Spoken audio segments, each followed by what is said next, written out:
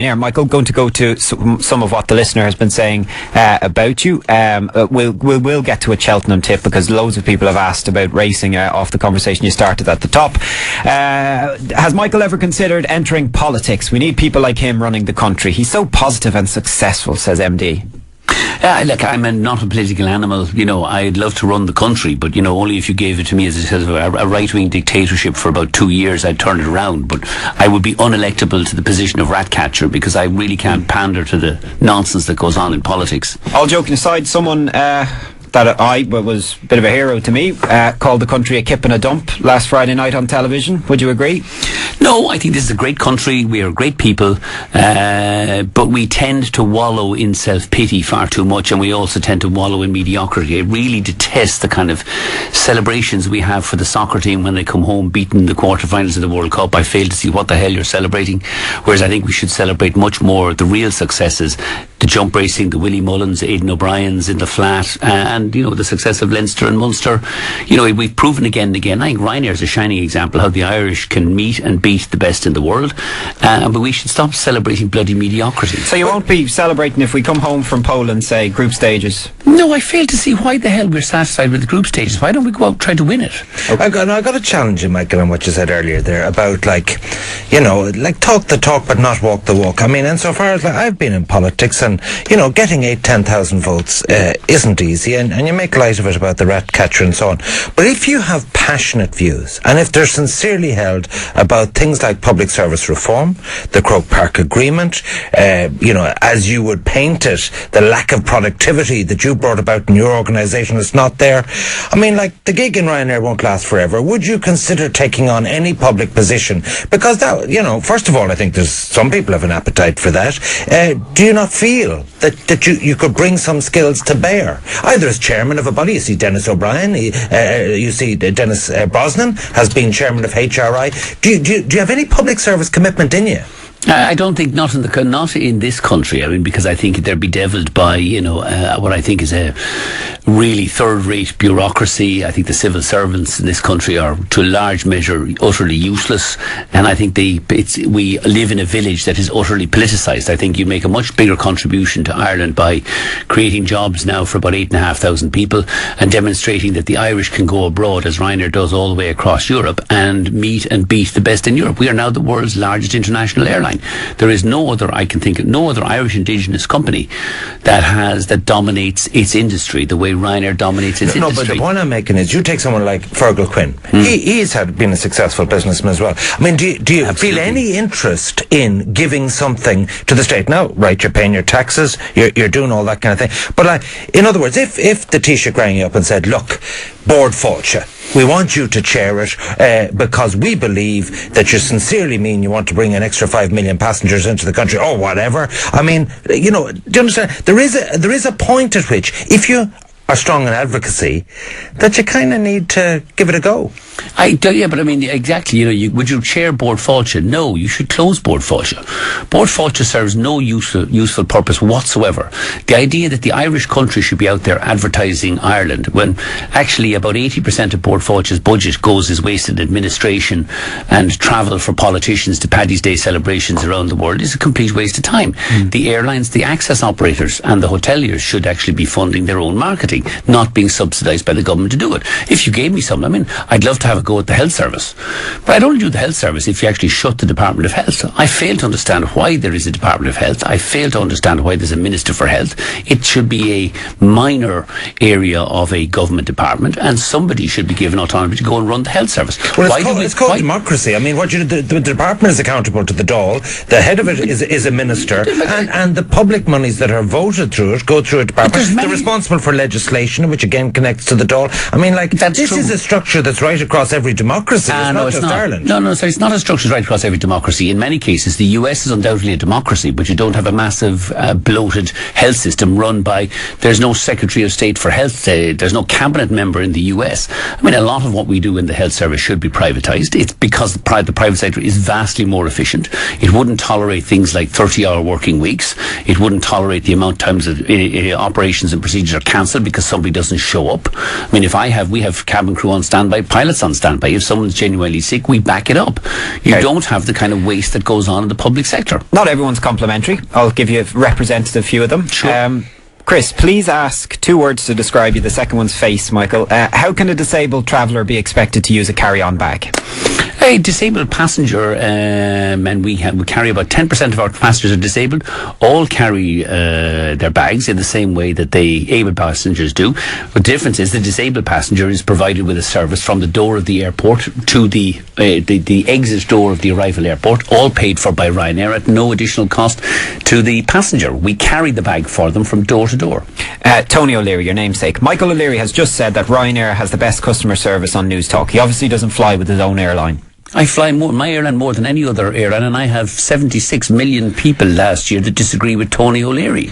But is it not true that you do kind of tell a bit of a porky in terms of some of your airport locations? If I want to go to London, right, and I don't fly myself, but Stansted is near to Norwich, surely. It's up in the middle of the sticks. A lot of your airports, they're cheaper, all right. It is. But they're not. You have to go get a bus or a train or something. Yeah, and Heathrow is in Middlesex West. I mean, the idea that Heathrow is just turn left off Pall Mall is a joke. Most airports are outside the city.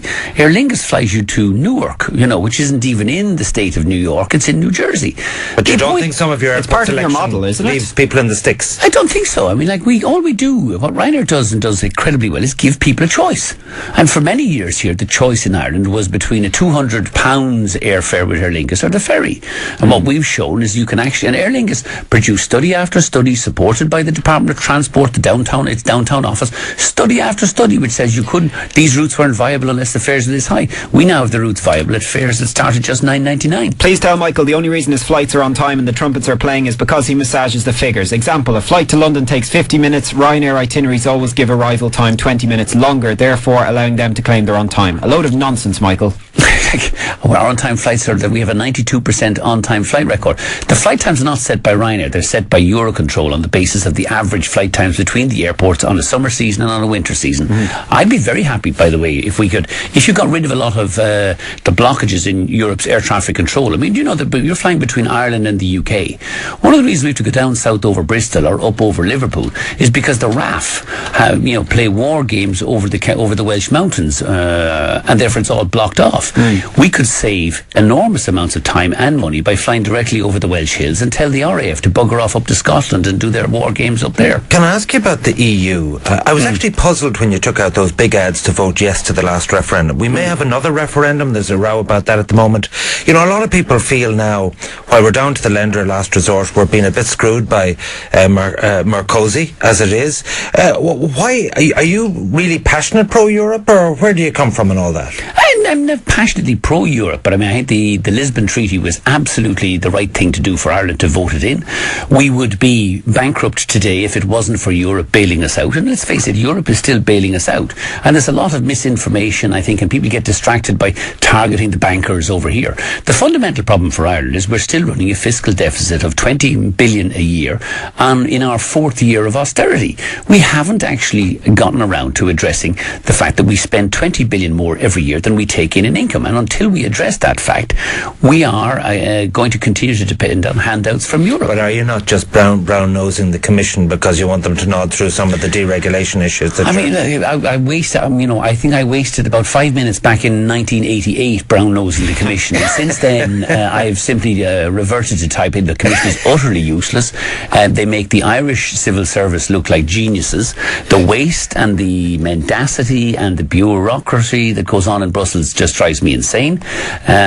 One of the few successes they point to is airline deregulation, but they've spent about the last 10 years trying to re-regulate the place. I am the most sued airline in Brussels by the European Commission because I refuse to pander to the nonsense that comes out of the European Commission in terms of re-regulating the airline business. Michael, how many people does Ryanair employ? 8,100 as at the 31st of December, and that figure will rise to about 9,400 by the end of 2012. We'll create about 1,300 jobs this year. Sadly, none of them in Ireland. Well, how many? Yeah, I was about to say. So the total, if we're around the 810 mark now, how many of them are Irish jobs? Oh, well, it depends on the definition of an Irish job. About 40% of them are Irish nationals. But the great thing actually about Ryanair as a transport company is that almost 100% of them pay pay tax and PRSI here in Ireland, because under transport provisions, even if you're based, because ferries and planes are mobile assets, you can pay tax and PRSI in the country of the employer's registration, which again is something that Europe, led by Sarkozy, is trying to change. He wanted our people in Marseille to pay French tax. We said no, they're on an Irish aircraft, that's defined as Irish territory.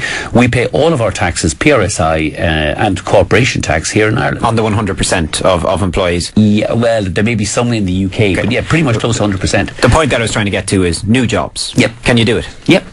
We've offered, the new government elected to deliver change and reform. We offered Leo Varadkar and Enda Kenny in the last 12 months a proposal where we would deliver 5 million additional new passengers at the three main airports, Cork, Dublin and Shannon, where traffic in the last 5 years has declined by 8 million passengers, from 30 million annually to 22 million annually. And they did. Sadly, I think Varadkar is a very impressive, bright young man, but all of the evidence is that after 6 months in the Department of Transport, he's been captured by those useless puddings of civil servants, because he's now just parroting the company line. Instead of taking this plan, 5,000, and remember, it's the airport's figures themselves. It says every million passengers creates 1,000 jobs at an airport. So this would create 5,000 jobs at the three airports. Instead of taking it and running with the plan, what did they do? They got, let's have the consultants in. And every time the Department of Transport gets a consultant's report, it's usually to back up what it is the civil servants originally want to do. So surprise, surprise, the consultant's report recommended that the government shouldn't take this objective in, for the remarkable reason that the traffic in Ireland will grow anyway, even if Ryanair don't grow. We've had two texts on the one topic. Interesting. I'm a long-term mayor of Micheal O'Leary. Please ask him why he can't take over Shannon Airport. He could make a job of it, just like he did with Stansted. He would bring massive business to this fab airport, which is now like a ghost town, says a Limerick, County Limerick listener. And PJ in Shannon says, hi, with talk of Shannon Airport maybe being privatised, is this something Ryanair would be interested in taking over? It's sad to see our local airport being slowly run into the ground because of seemingly very poor management. Any interest? Yeah, no, but we have a number of different airport operators around Europe who'd be very interested to buy Shannon. I strongly believe that Shannon and Cork Airport should be sold straight away. Put them on the sales block tomorrow. Sell them to the highest bidder. Because what a new owner of Shannon would do is grow traffic. The DAA, which largely runs Dublin Airport, wants high charges at Shannon so that it doesn't embarrass itself about the height of the charges. They are splitting them up, aren't they?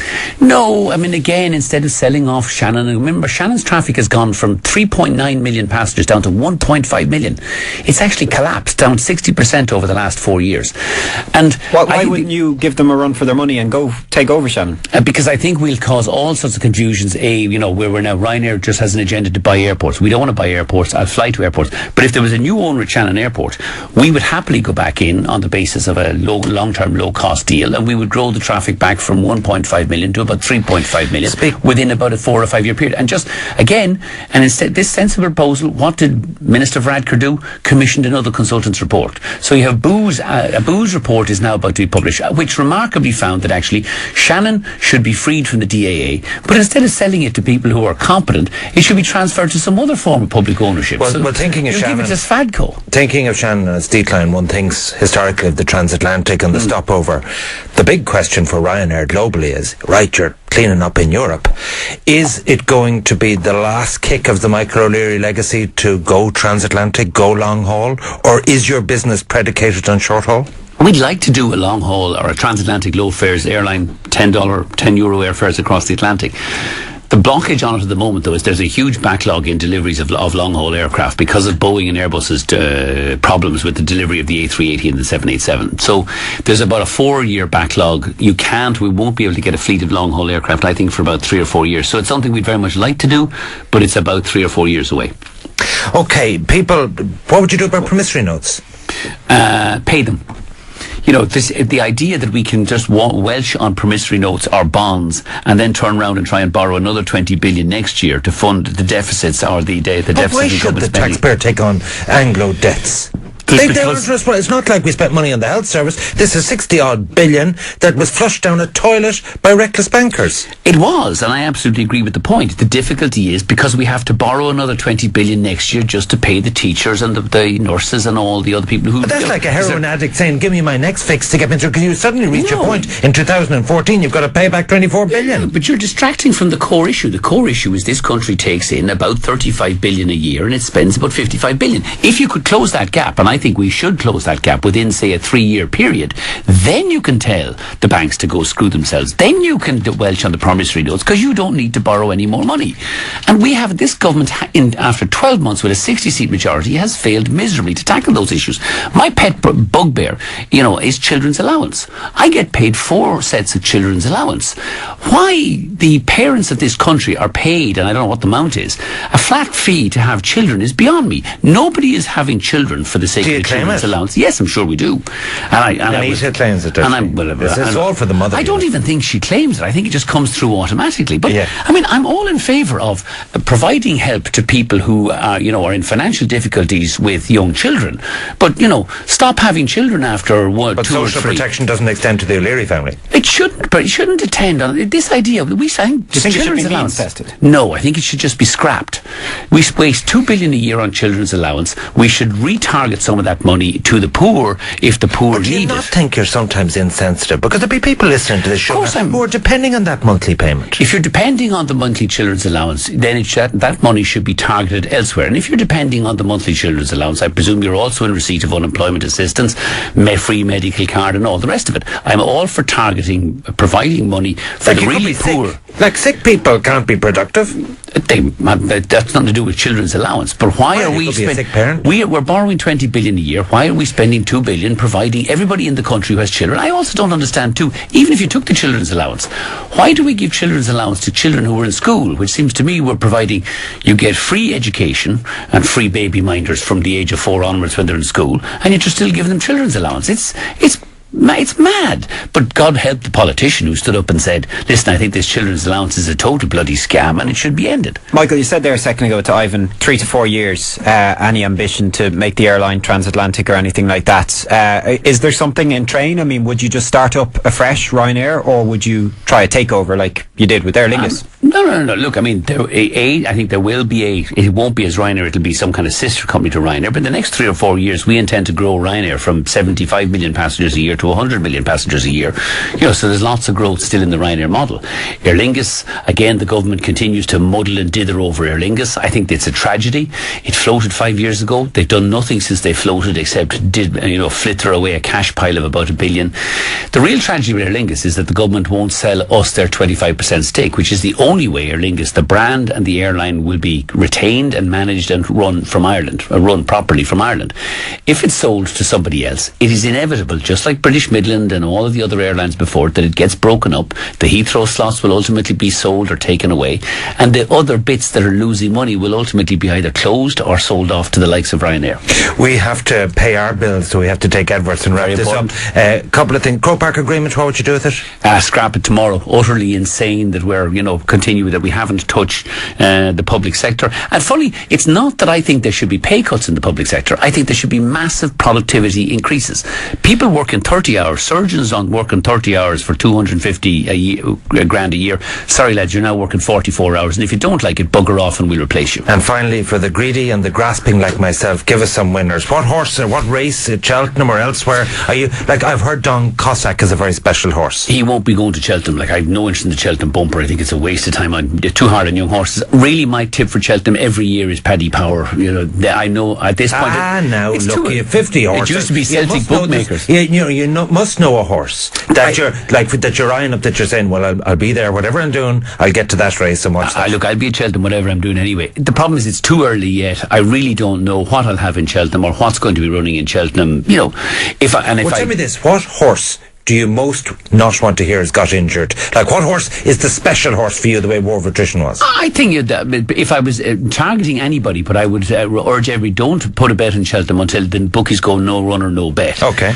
I think the best odds I have at the moment is First Lieutenant, who'll probably run in the RSA. Because he hasn't had a great season so far on soft ground, he's about 16-20 to 1. At least he's decent odds. But the chances are he won't get there. Michael, online last night I found about 12 different references where you've retired from Ryanair. You ever going to go? Yeah, in about 2 or 3 years. You say that every time you're asked that question. Eventually I'll be right. Michael O'Leary, Thanks, CEO of Thanks, Ryanair. Chris. Thank you for being our guest.